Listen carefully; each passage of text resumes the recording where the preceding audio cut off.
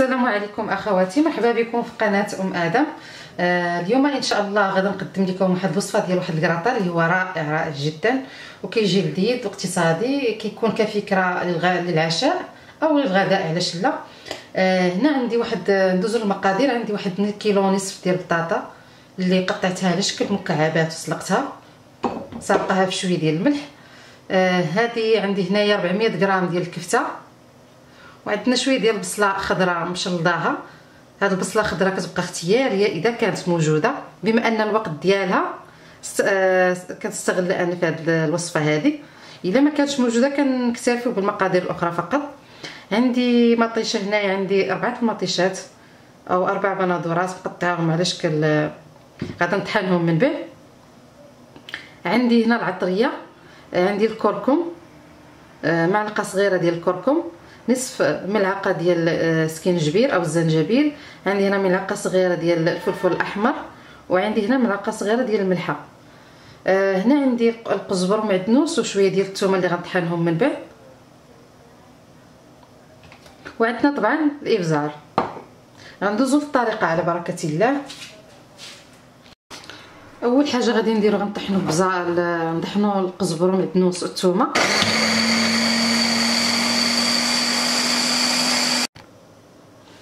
هنايا درت اسمو الكفته، ودرت عليها القزبر معدنوس مع الثومه اللي طحنت، درت نصف الكميه، ودرت العطريه، درت الكركم وسكينجبير والملحه والبزار. دابا غنضيف واحد شويه ديال الزيت لان ما ذكرتش لكم الزيت نباتي، ما ذكرتوش لكم في الاول مع المقادير. وغادي نخليو الكفته ديالنا تشحر مزيان.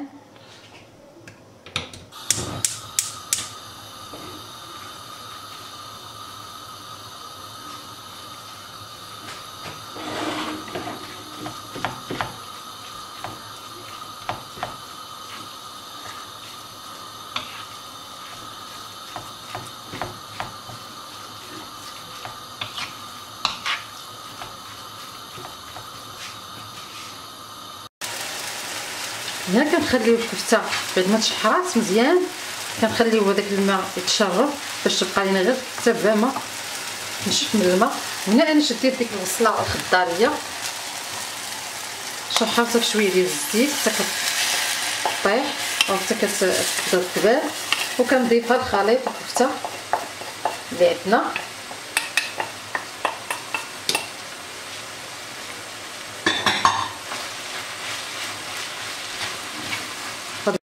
دابا غادي ندوزو باش غادي نحضروا لاصوص ديال المطيشه.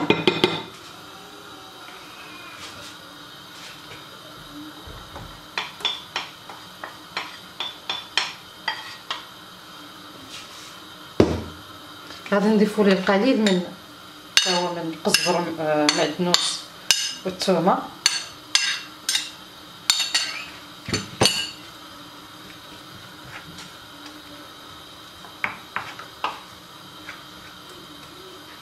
وغادي نضيفوا له شويه ديال الزيت، قليل من الزيت، شويه ديال الفلفل الاسود او الابزار،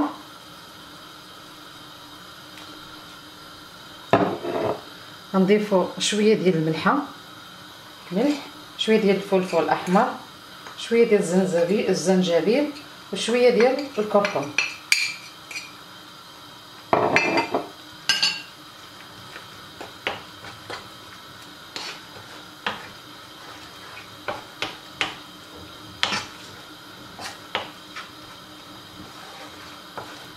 غادي نخليوه يتشحر شويه. الان انا غناخذ هذه الانيه هذه وغادي نحط فيها نصف الكميه ديال خليط الطماطم او خليط المطيشه، اكثر من نصف الكميه تقريبا.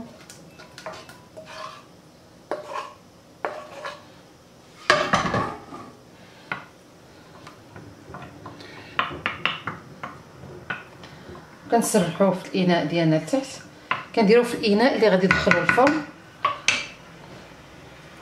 دابا غادي ندوزو باش نحضروا كويرات البطاطس اللي غنضيفوا ليها شويه من خليط المعدنوس والقزبر والثومه.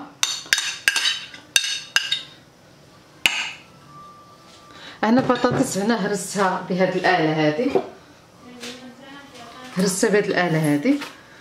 نتوما يمكن لكم تطحنوها بطحانه اولا ديروها غير بالفرشيط بهذا الشكل هذا تمعكوها. غادي نضيفوا للخليط شويه ديال الفلفل الاسود او الابزار،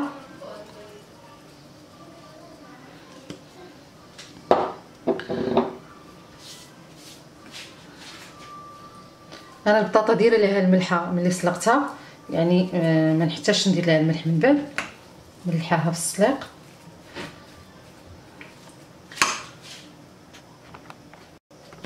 غادي نضيف الخليط البطاطا، نضيف شويه ديال الفرماج. انا هنا درت فرماج بارميزان او بارميجانو، نتوما يمكن لكم تضيفوا اي فرماج بغيتو، اي نوع فرماج المثلث او اي فرماج موتزاريلا.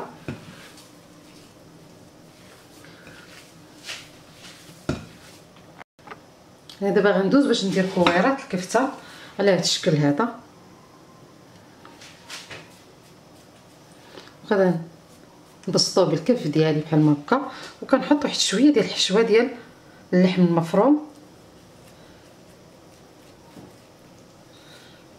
اللي كتجي على هذا الشكل هذا. نحاول نلفوها باش تجي لداخل، كنحطوها في فوق الخليط ديال الطماطم.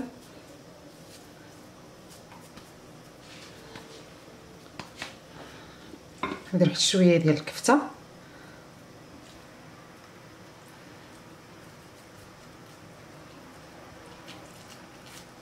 كنحاولوا ندوروا الكفته على خليط، ندوروا البطاطا على الخليط ديال الكفته كله بهذا الشكل هذا.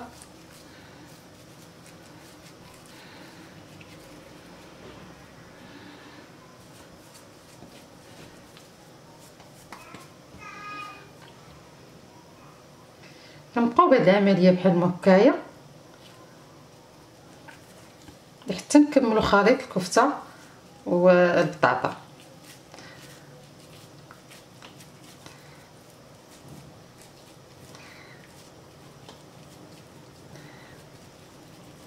بحال هكا. الطبق هذا كيجي رائع صراحه، كيجي لذيذ وكيعجب الدراري الصغار.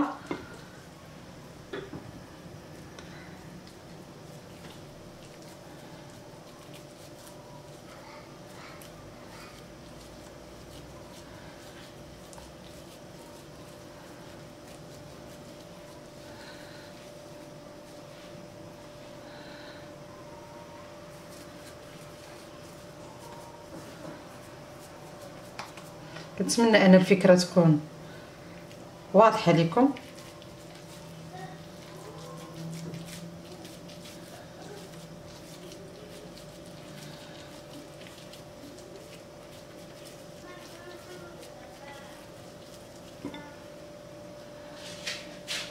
انا نبقى حتى نكمل الخليط كله.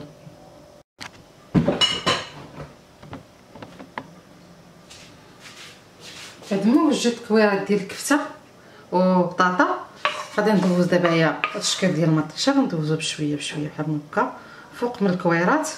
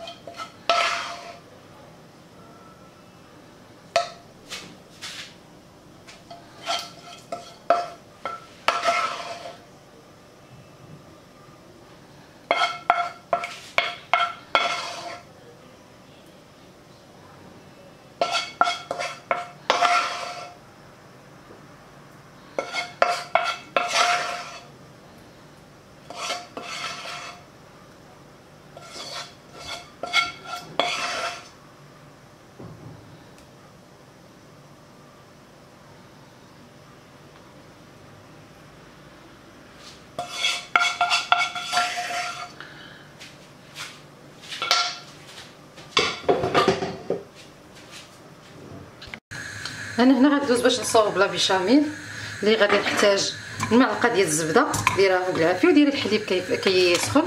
غادي نضيفو واحد المعلقه ديال الدقيق،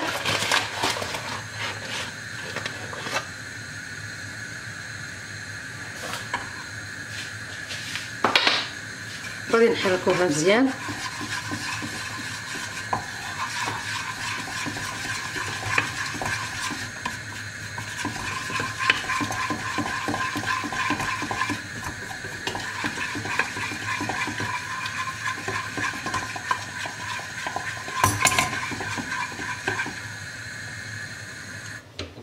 وغنبدا نضيف ليها الحليب.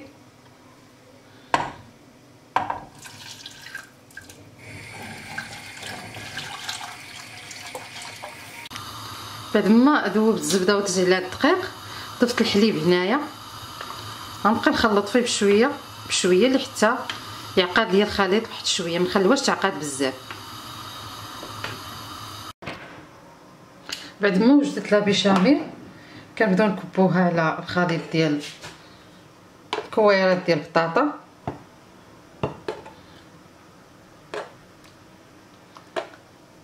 تلاحظوا انا ما خليتهاش حتى عقدت، كنخليها شويه سائله.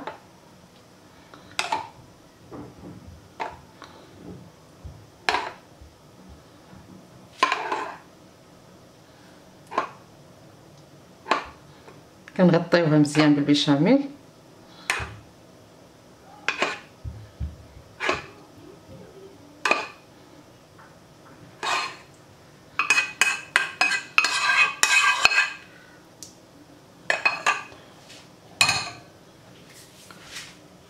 دابا غندوز باش نكب عليها، غنخلط نضيف ليها الفرماج ديال البارميزان من الفوق. كيف ما قلت لكم نتوما يمكن لكم تستعملوا اي فرماج عندكم، فرماج موتزاريلا او فرماج الاحمر، اي نوع عندكم يمكن لكم تكتفيوا به.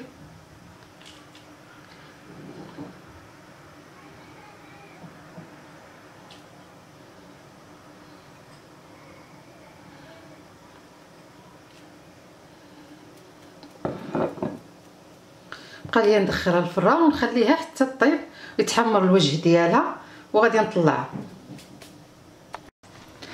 الكراطان بعد ما طاب هو هذا خرجناه من الفران بعد ما تحمر من الفوق، كيجي لذيذ ورائع. كنتمنى انكم تجربوه. الى عجبكم الفيديو ديال اليوم ما تنساوش تشاركوا في القناه ديالي وديروا جيم وتبارطاجيو الفيديو مع الاصحاب والحباب ديالكم باش يوصلكم دائما جديد ان شاء الله. والسلام عليكم.